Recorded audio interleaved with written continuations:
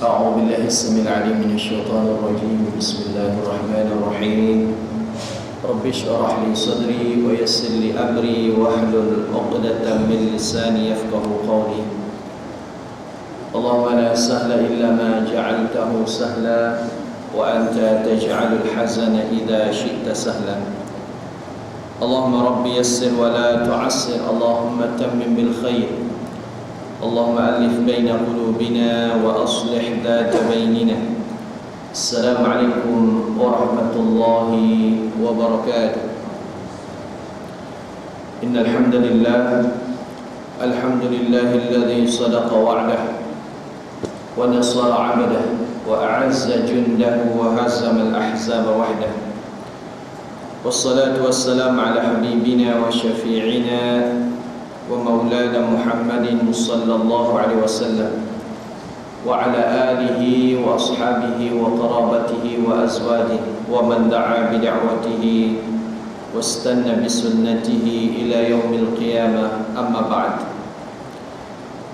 Tuan-tuan dan puan-puan, ayahanda, bunda, kanda sekalian yang dikasihi dirahmati oleh Allah Subhanahu wa taala, pengerusi beserta ahli jawatan kuasa, Tuan Imam kita, Tuan Bilal, Tuan Siap, sama-samalah kita awali kuliah atau tadhkirah pada pagi ini dengan merafakkan setinggi-tinggi kesyukuran kepada Allah Subhanahu wa taala.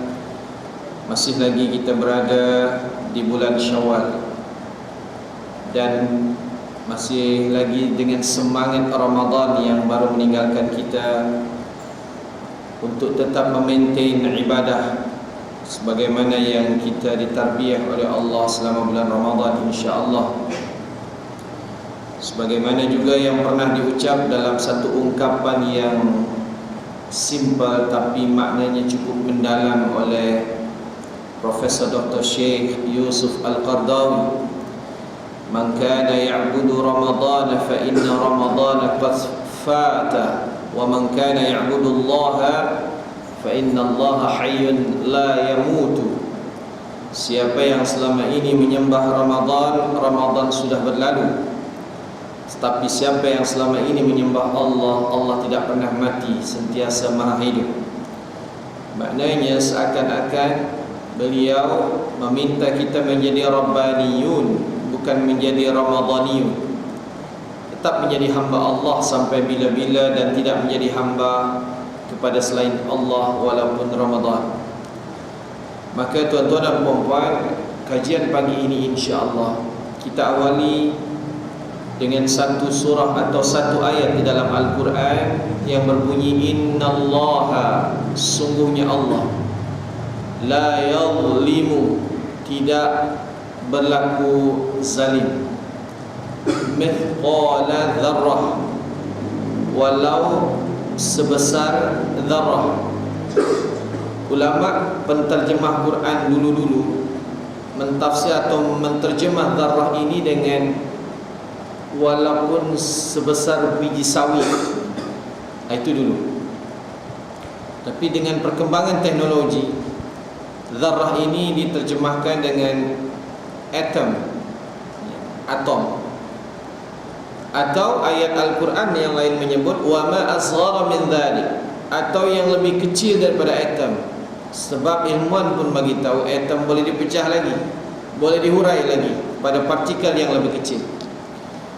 Tapi apapun, bahawa ayat ini merupakan satu kaidah imaniyah, kaidah keimanan, sehingga kita boleh membentengi hati kita daripada suatu penyakit hati yang paling kita hindari, yaitu suudzon dengan Allah, berburuk sangka pada Allah Subhanahu wa taala.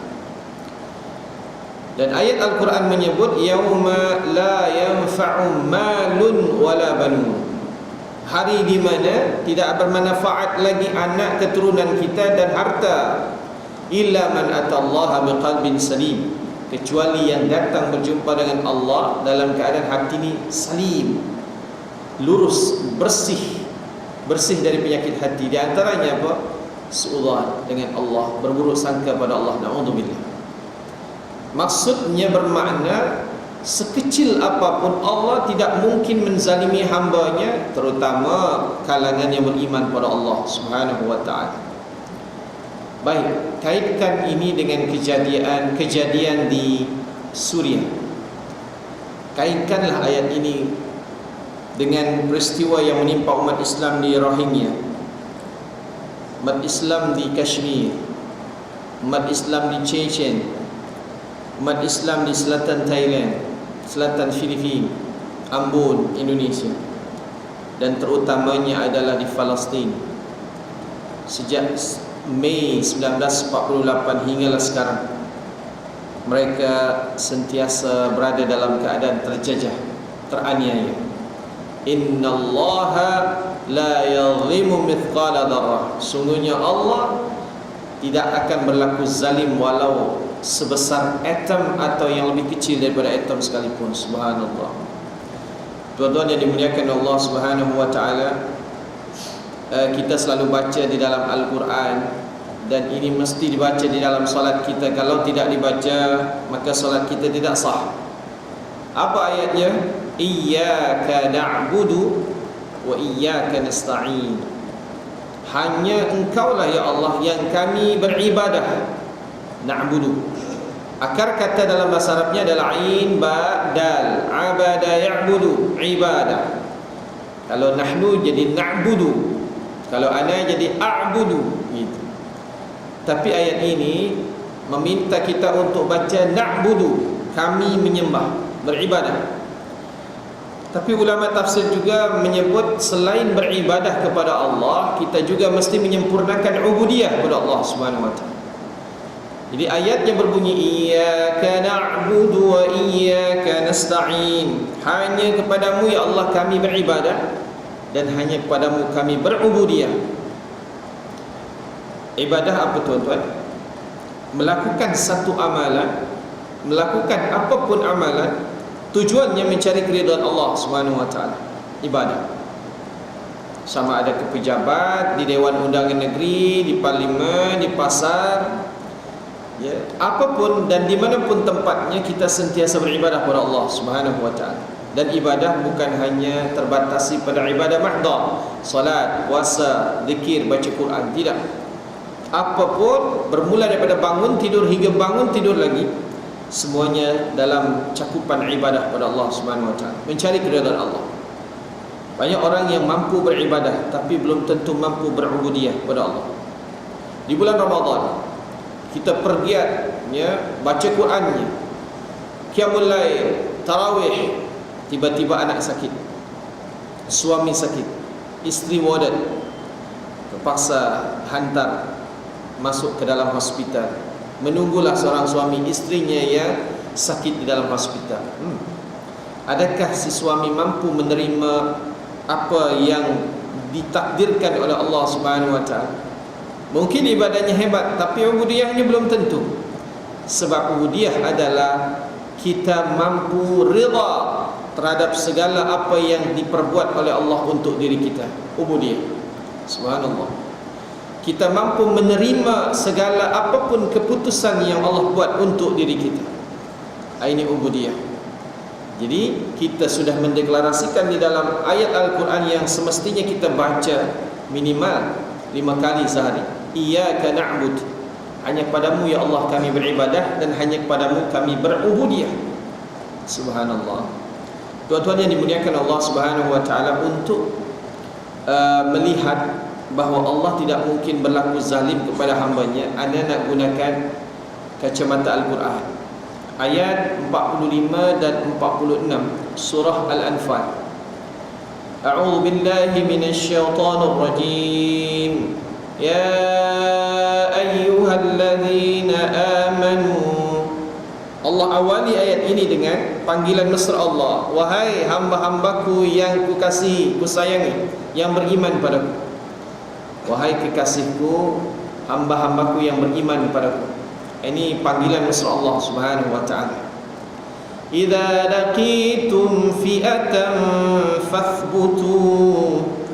Bila kamu berjumpa, berdepan dengan musuh, maka pertama yang semestinya kamu buat adalah ath-thabat. fathbutu. Ini pegangan yang pertama, kaidah. Maka teguhkan, kukuhkan, mantapkan iman, kata Allah. Pertama. Lalu apa yang kedua? Wadhkurullaha katsira, dan banyakkan mengingatku, kata Allah. Sebab Allah yang sebut di situ ada kata-kata katsira, lawan daripada qalila. Kalau qalil sedikit, tapi Allah tidak meminta sedikit, Allah minta banyak. Wadhkurullaha katsira, banyaklah mengingat aku, kata Allah. Biasanya di dalam Al-Quran, tuan kaji, bila Allah memerintahkan suatu, Allah akan iringi dengan reason, alasan. La'allakum tuflihun, supaya kamu beruntung. Al-falah, hayya 'alal falah. La'allakum tuflihun. Baru dua. Yang ketiga, wa ati'u Allah wa rasulah, dan taatilah Allah dan Rasul. Yang keempat, wa la tanaza'u, dan jangan bercerai-berai, kata Allah. Jangan berpecah belah. Fatafshalu wa tadhhaba rihukum, sebab, kata Allah, ni reason lagi. Again, reason. Kalau kamu berpecah belah, kamu akan gagal. Fatafshalu, fashal, wa tadhhaba, dan hilang, rihukum, kekuatan kamu. Itu yang keempat. Yang kelima, wasbiru innallaha ma'as sabirin, bersabarlah, kata Allah. Dalam ayat lain kan Allah sering sebut, ya, wasta'inu bis sabri was salah, mintalah pertolongan daripada Allah menerusi media, ya, sabar dan salat. Dua.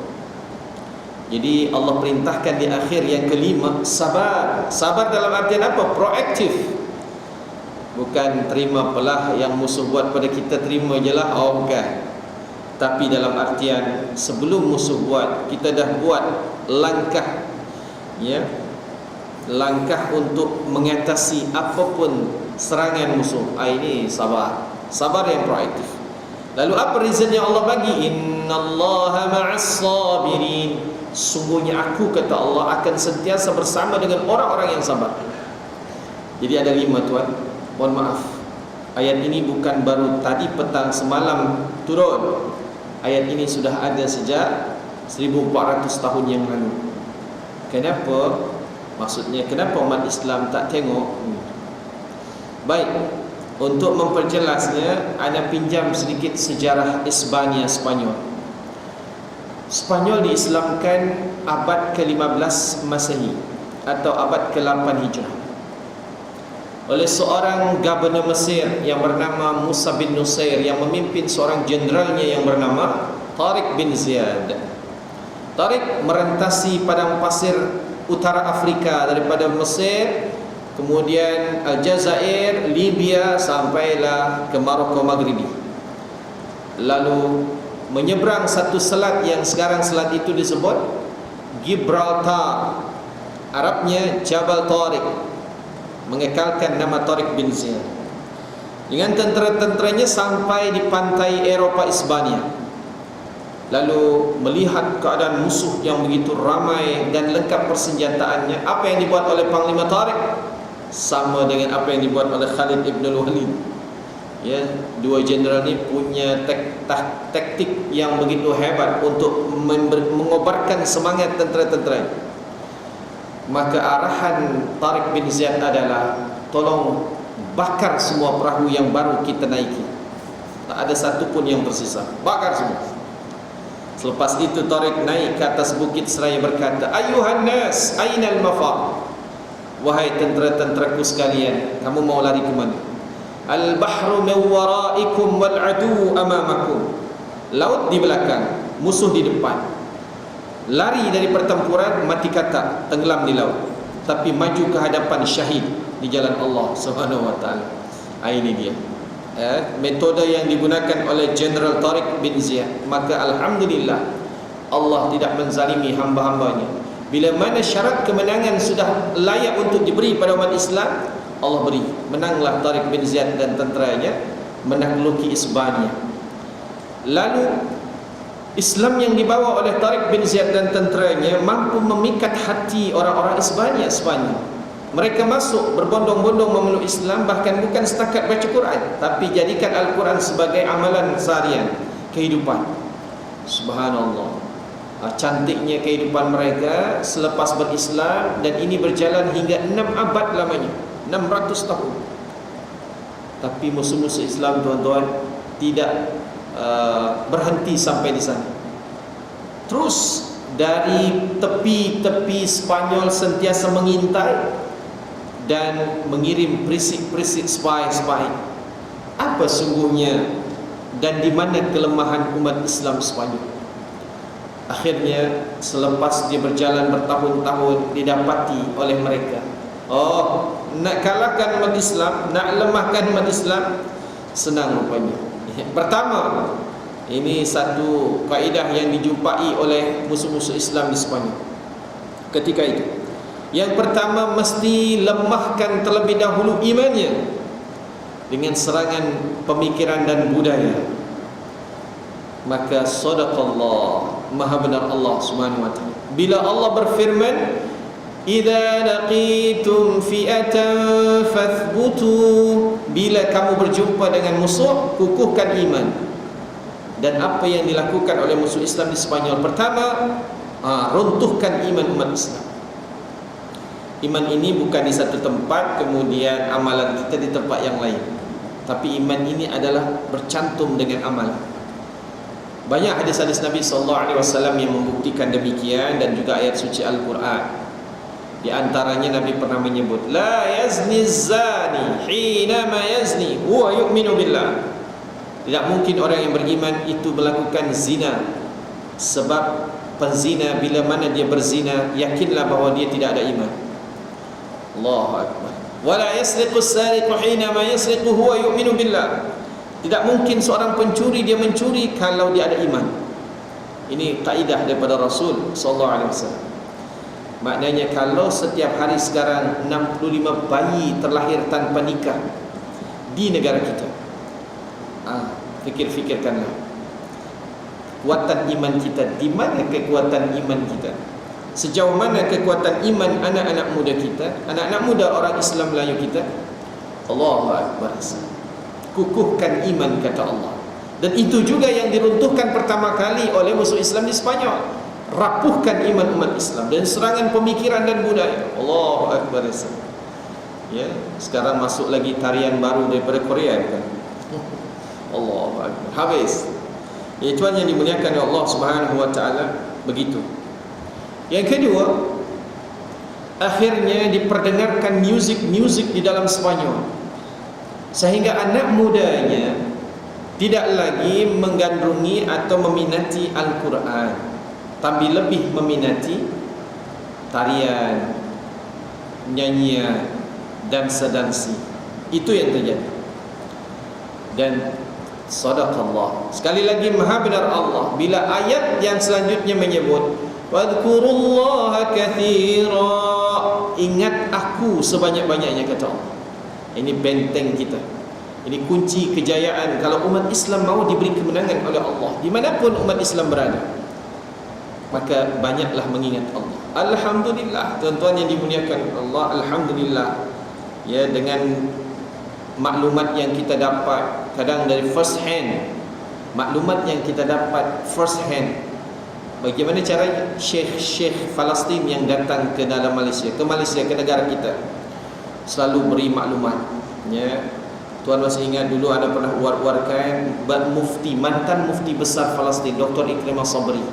Ya, kita sempat buat makan malam bersama beliau pada beberapa bulan yang lalu. Pada Selasa yang lalu, Selasa.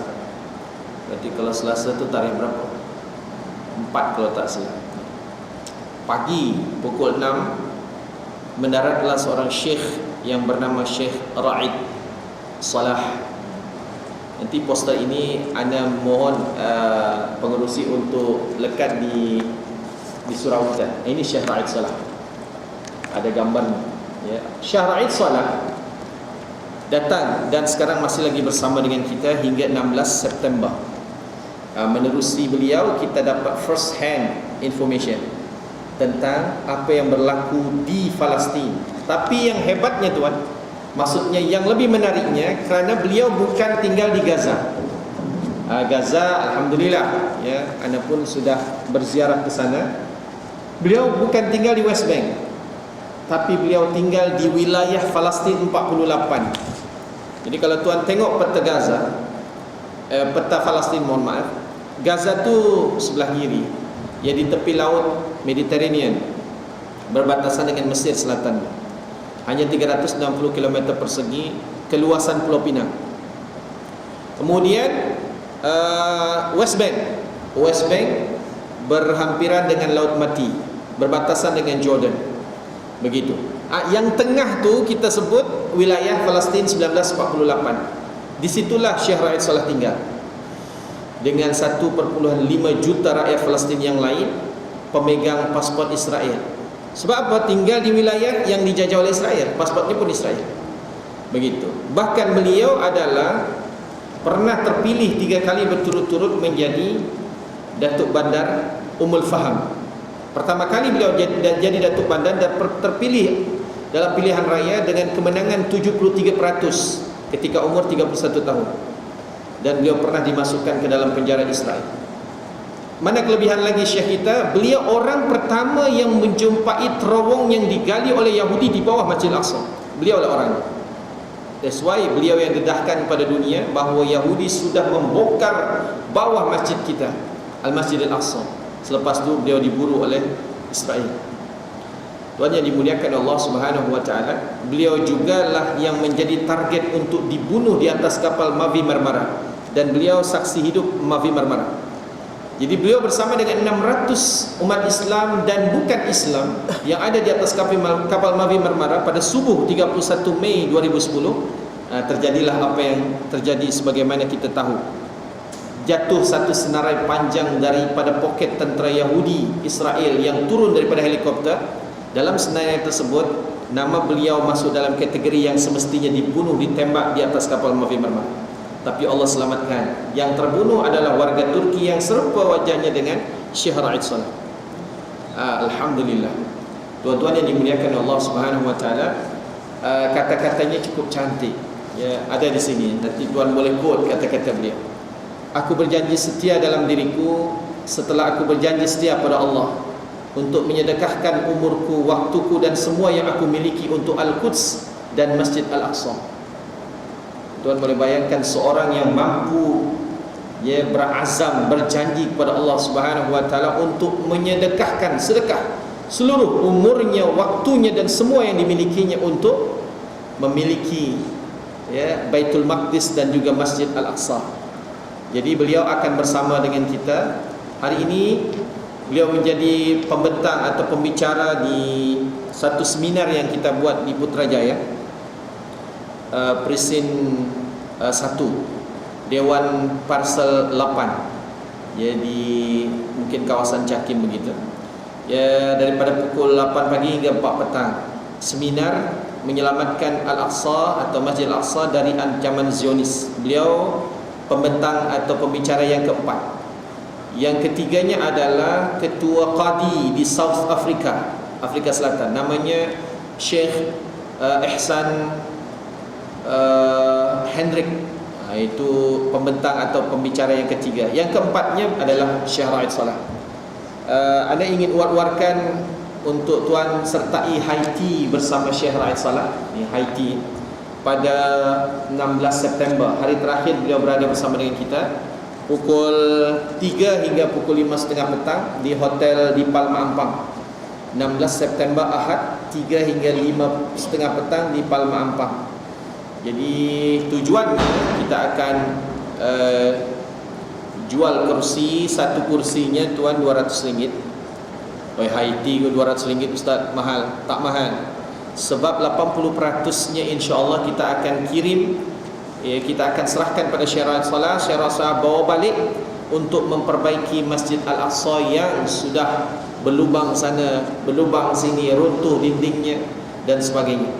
Jadi sasaran Aman Palestin yang membawa Syekh Raid Saleh datang ke Malaysia untuk mengutip sebanyak mungkin derma kalau boleh dapat 310,000 ringgit, 100,000 USD untuk kita serahkan pada Syarah Salat, kerana beliau adalah pengurusi Harakah Islamiyah di Palestin wilayah 48. Beliau pakar Baitul Maqdis dan Masjid Al-Aqsa. Semalam beliau di Surau Al-Munawwarah seksyen 13 Shah Alam. Malam sebelumnya beliau di Masjid Bukit Jelutong. Malam ini beliau di Masjid Presin 11 Putrajaya. Besok malam beliau di salah sebuah masjid di Bangi.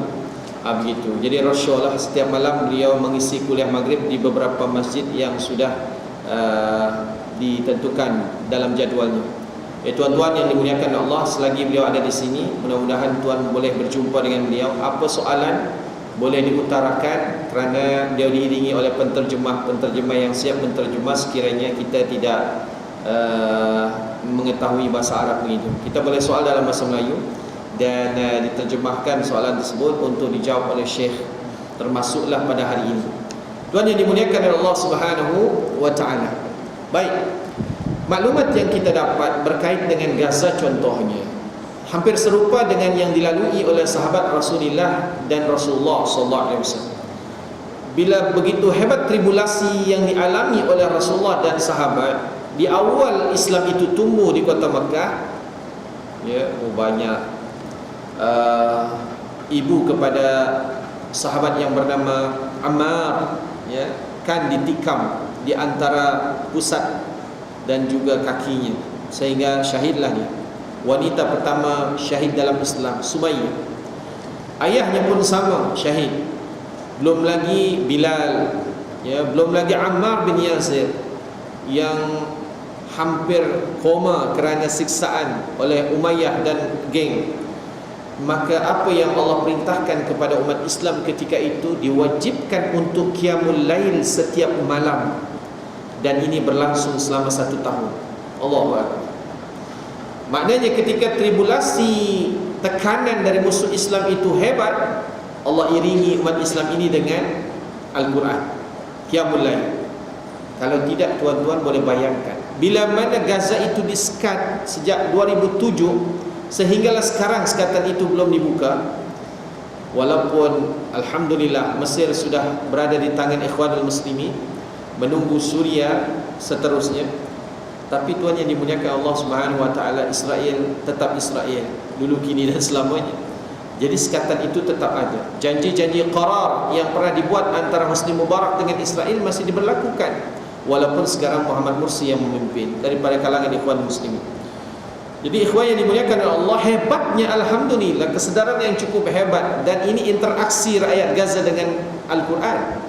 Dalam surah Al-Furqan, fala tuti'il kafirin, jangan taati oleh kamu orang-orang kafir, wajahidhum bihi jihadan kabira, dan berjihadlah menentang orang kafir dengan Al-Quran. Modalnya mesti Al-Quran. Walaupun ada AK-47, ada RGB, ada misail dan sebagainya, tapi tetap modal berdepan dengan musuh Allah, kata Allah, bihi Al-Quran.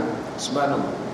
Lalu dibuatlah kem-kem menghafal Al-Quran di dalam Gaza, padahal seluas Pulau Pinang, tapi ada 600 ma'had tahfiz di dalam Gaza. Ada 240,000 anak muda yang sentiasa menghafal Quran, dan sudah melahirkan 90,000 al-hufaz 30 juz.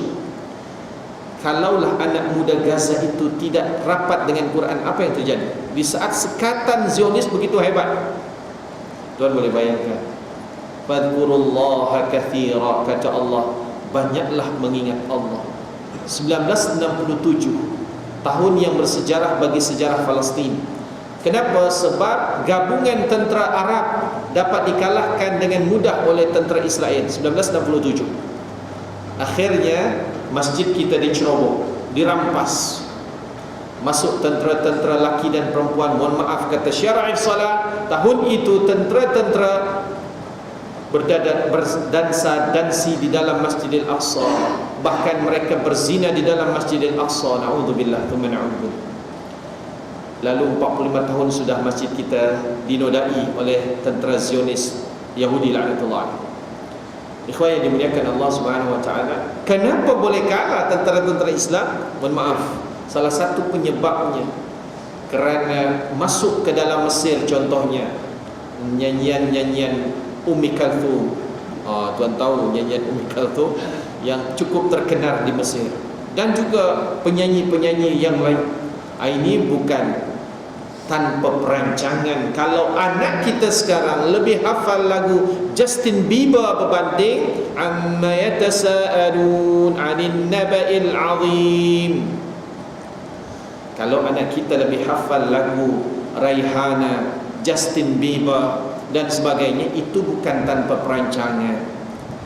Ya, lebih hafal budaya barat berbanding Al-Qurannya sendiri, bukan tanpa perancangan. Itu perancangan yang disusun rapi oleh musuh-musuh Islam dan konspirasi musuh Islam. Allah sebut dalam Al-Quran, makrul laili wan nahar. Perancangan mereka adalah perancangan malam dan siang, siang dan malam. Buat Islam tidur, musuh belum tentu tidur. Maka merancang bagaimana menghancurkan umat Islam daripada makanan kita.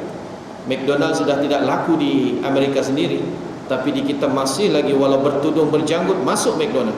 Allahu Akbar, Allahu Akbar. Maknanya mereka merusak umat Islam dari makanannya, minumannya, lagu muzik yang didengarnya, tontonan yang dilihatnya, Allah, bacaan yang dibacanya. Allahu Akbar. Wadhkurullaha katsira. Jadi kalau sekiranya saya melihat anak muda sebagai satu harapan dunia Islam, contoh, mohon maaf tuan, contoh kecil je yang kita miliki, kita perlu bangga sebab ini kita miliki. Ma'had Tahfiz Sain Banting Jugra. Allahu Akbar. Ada dijemput 2 kali ceramah Palestin untuk memberikan satu semangat kepada anak-anak kita yang ada di sana. Ustaz Ridwan, guru tahfiznya, Ustaz Anas, pengetua sekolahnya, dijemput. Ya, Allahu Akbar. Orang anak-anak yang sudah dibasuh dengan Quran. Sibghatallah, wa man ahsanu minallahi sibghah. Celupan Allah. Mana ada celupan selain celupan Allah yang lebih baik? Allahu Akbar. Allah bertanya, apa celupan Allah? Al-Quran. Anda tanya, sekarang baru ada tingkatan 5, tahun lepas tak ada tingkatan 5. Ini pertama kali ada tingkatan 5. Setiap menerima 30 pelajar lelaki, 30 pelajar perempuan, padahal yang memohon ribuan. Mata Fisain Banting. Jadi bila masuk tingkatan 5, hanya berbaki 55 murid, 5 out di tengah jalan. Anda tanya, berapa yang sudah hafal 30 juzuk Ustaz? Daripada 55 murid yang ada tingkatan 5 sekarang, 40 orang dah hafal 30 juzuk. Allahu Akbar.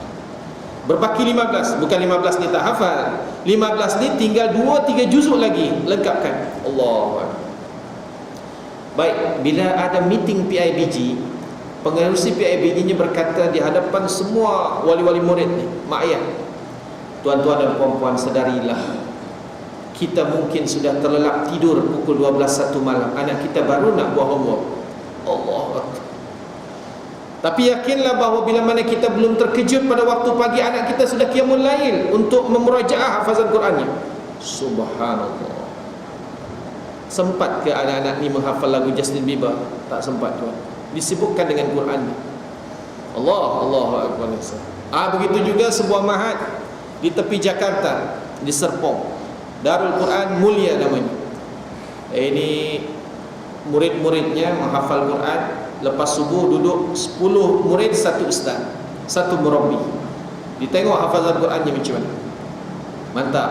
Okey, lepas tu biasa sarapan pagi kalau tidak puasa sunat, kemudian masuk kelas yang sainsnya, yang fiziknya, biologinya, terus Englishnya dan sebagainya.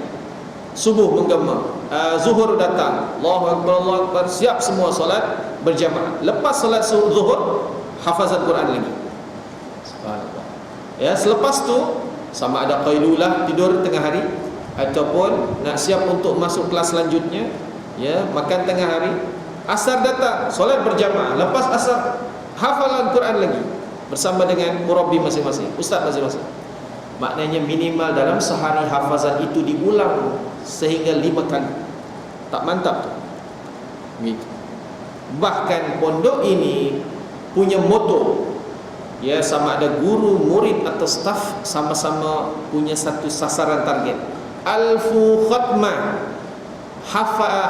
hatam Al-Quran 1000 kali. Alfu khatmah, alfu 1000, ya, khatmah hatam.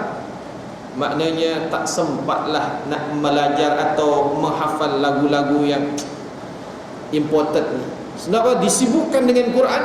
Targetnya sama ada santri, murid-murid, guru-guru, staf menghatam Al-Quran 1000 kali. Allahu Akbar. Jadi tuan yang dimuliakan oleh Allah Subhanahu wa ta'ala, begitu. Wadhkurullaha katsira, dan banyaklah menyebut dan mengingat Allah. Sahabat yang bernama Khabbab bin Arth ketika balik daripada Masjid An-Nabawi menuju ke rumahnya diiringi oleh seorang tabi'in. Lalu Khabbab bin Arth radhiyallahu anhu berkata padanya, innaka lan taqruba ila Allah bi syai'in ahab min kalami. Kamu wahai sahabatku, kata Khabbab bin Arth, tidak mungkin mendekatkan diri kepada Allah dengan sesuatu yang paling dicintai oleh Allah kecuali Al-Quran. Kita tahu kita boleh bertasbih, subhanallah, bertakbir, Allahu Akbar, bertahmid, alhamdulillah, istighfar, tapi zikir number one yang disebut oleh sahabat ini yaitu tilawatul Quran, baca Al-Quran. Wadhkurullaha katsira, berzikirlah, mengingat aku, kata Allah, banyak-banyak. Ini yang kedua, la'allakum tuflihun, supaya kamu beruntung. Ini kunci kejayaan umat Islam yang kedua. Yang ketiga, wa ati'ullaha wa rasulah, taati Allah dan Rasulnya. Dan kita tahu tuan-tuan bahwa Nabi SAW dilantik menjadi Rasul umur 40 tahun. Nabi dilantik menjadi Rasul umur 40 tahun. Selepas menjadi Rasul, Nabi tarbiyah umat Islam di Mekah selama 13 tahun. Baru kemudian perintah hijrah turun.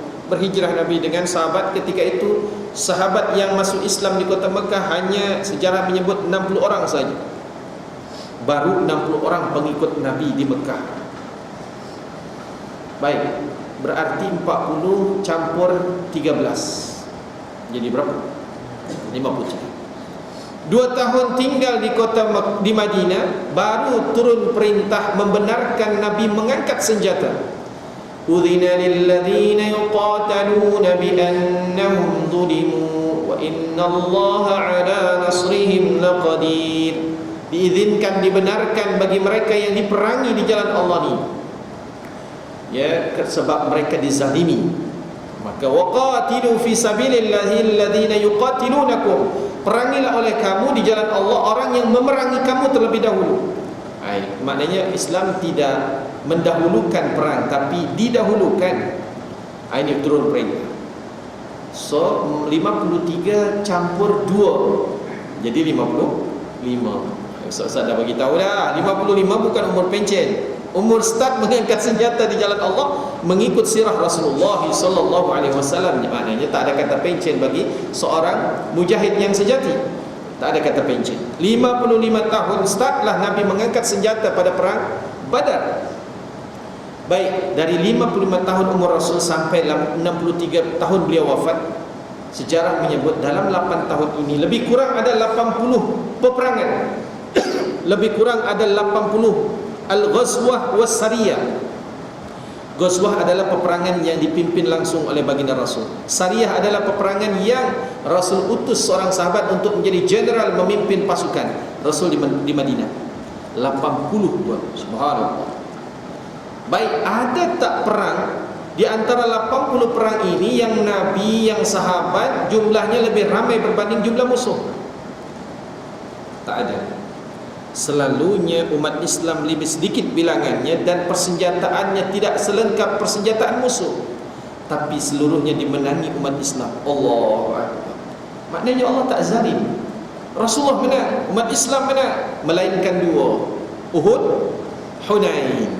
Uhud pelajaran yang cukup cantik untuk umat Islam. Sebab apa? Nabi menyebut kepada Zubair bin Awwam dan pasukannya, jangan turun daripada Bukit Uhud. Ini pemanah-pemanah, arahan daripada Rasul, apapun yang terjadi. Tapi bila melihat musuh sudah lari meninggalkan barangan-barangannya, turun semua kecuali hanya pemimpinnya Zubair bin Awwam. Saya tidak akan turun. Maka Khalid ibn Walid yang masih belum memeluk Islam ketika itu bawa pasukan kudanya mengitari Bukit Uhud dan menyerang umat Islam daripada belakang bukit, hancur umat Islam. Ati'ullaha wa rasulah. Jangankan kita yang bukan sahabat, Jangankan kita yang tidak bersama dengan Rasulullah, jangankan kita yang tidak tinggal di Mekah dan Madinah, sahabat yang bersama dengan Rasul tinggal di kota yang paling suci umat Islam, Mekah Madinah, kalau tidak mentaati Allah dan Rasulnya, jangan harap dapat kemenangan daripada Allah. Ini kan kaidah cantik daripada perang Uhud. Siapalah kita berbanding sahabat? Sahabat pun kalau tidak taat pada Allah dan Rasul, maka kekalahan berada di tangan umat Islam. Ati Allah wa rasulah, taatilah Allah dan Rasulnya, kata Allah. Yang ketiga. Yang keempat, wala tanaza'u, jangan berpecah belah, jangan bercerai-berai. Berapa kali Allah sebut dalam Al-Quran? Berapa kali? Wala tanaza'u, jangan berpecah belah, jangan bercerai-berai. Dan Allah bagi alasannya, fatafshalu, kamu akan gagal, wa tadhhabu rihukum, kamu tidak akan digeruni dan ditakuti, sebab tak ada kekuatan umat Islam kalau berpecah belah. Allahu akbar.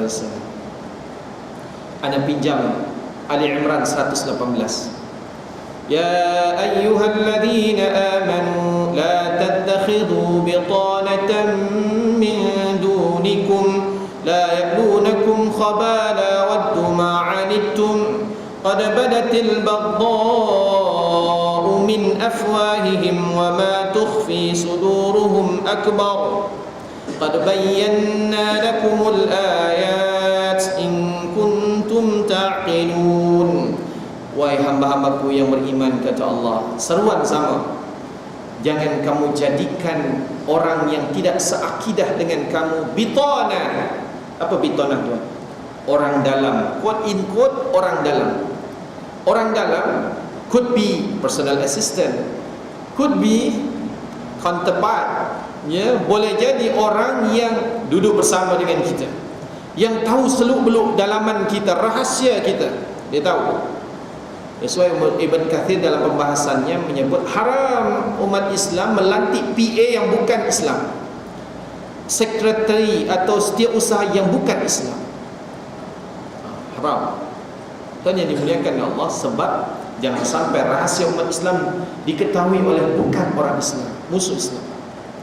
Tuan yang dimuliakan Allah Subhanahu wa taala, alasan Allah bagi, selalu dalam Al-Quran Allah bagi alasan. La ya'lunakum khabala wa duma'anittum, sebab yakinlah, kata Allah, mereka tidak akan pernah menginginkan keberuntungan bagi umat Islam. Sebaliknya mereka sentiasa menginginkan kehancuran bagi umat Islam. Siapa yang tidak percaya pada ayat ini, jangankan satu ayat, satu huruf kita tidak percaya pada Al-Quran, kafir hukum. Qad badatil baghdha'u min afwahihim, sudah jelas nyata permusuhan yang keluar daripada mulut-mulut mereka. Afwah jamak daripada fahun. Fahun artinya mulut. Sudah jelas nyata permusuhan daripada mulut-mulut mereka. Dan sebab akhir ayat Allah menyebut in kuntum ta'qilun, kalau kamu pakai akal. Kalau tak pakai akal memang tak nampak.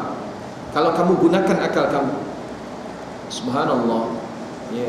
Jadi sebenarnya sudah keras Allah bagi peringatan di ayat ini. Contoh, anda bawakan 3 contoh. Yang pertama, anda ulang percontohan, rasa anda pernah sebut. Bila George W. Bush, Presiden Amerika ketika itu, menyerang Afghanistan, Iraq, apa katanya?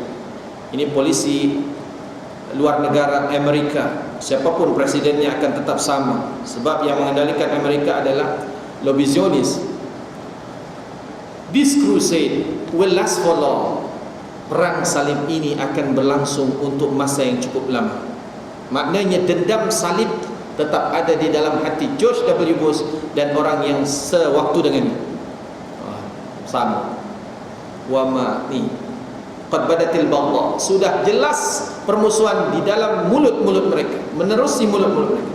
Contoh yang kedua, ahli parlimen Belanda yang kita kenal cukup membenci Islam dan umat Islam, Geert Wilders berkata, kenapa? Sebab dia macam orang yang, mohon maaf, kebakaran janggut tuan. Dengan maraknya orang Islam di Belanda, migran daripada Jordan, daripada Turki, yang suaminya berjanggut, yang istrinya menutup aurat dengan cantik, oh dia tak suka. Apa dia kata? Oh Muslim, I don't hate you, but I hate your religion. Saya bukan benci kamu, tapi saya benci agama yang kamu anut tu. Itu kata Geert Wilders. Jom kita masuk ke dalam negara kita. Orang ini berkata, saya bukan anti-Islam, tapi saya tolak hudud hukum Allah. Faham? Sama tak? Sama. Qad badatil baghdha'u min afwahihim. Sudah jelas permusuhan daripada mulut-mulut mereka. Sambungan ayat, wa ma tukhfi suduruhum akbar. Dan yang disembunyikan oleh dada-dada mereka itu akbar, kata Allah, lebih busuk lagi, lebih jahat lagi, lebih dahsyat lagi. Takkan tak percaya dengan Quran. Allahu Akbar. La tattakhidhu bitanah. Jangan kamu jadikan bitanah orang yang tidak seakidah dengan kamu.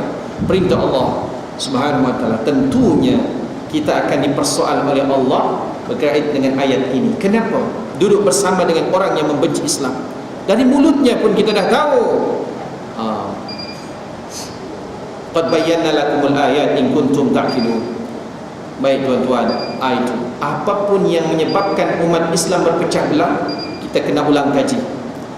Kita mesti fikirkan sama-sama, dan kita antisipasi macam mana supaya umat Islam tidak berpecah belah di dalam negara kita terutamanya dan seluruh dunia umat Islam. Dan yang terakhir Allah menyebut wasbiru, bersabarlah. Innallaha ma'as sabirin. Sabar dalam konotasi proaktif, ya, bukan tak apalah, awak tak ada. Ya, kita mesti merancang sebelum musuh menyerang, insya-Allah. Jadi tuan-tuan yang dimuliakan Allah, berkait dengan Haiti yang anda sebut tadi, 200 harganya per kursi, ya, tiketnya pun ada di ana. Ya, siapa-siapa yang ingin menyumbang untuk membaik pulih Masjid Al-Aqsa dan mendapatkan first hand information daripada Syara' Salah 16 September, ya, hari Ahad 3 hingga 5.30 petang, hotel di Palma Ampang. Ya, bolehlah dapatkan tiket daripada ana.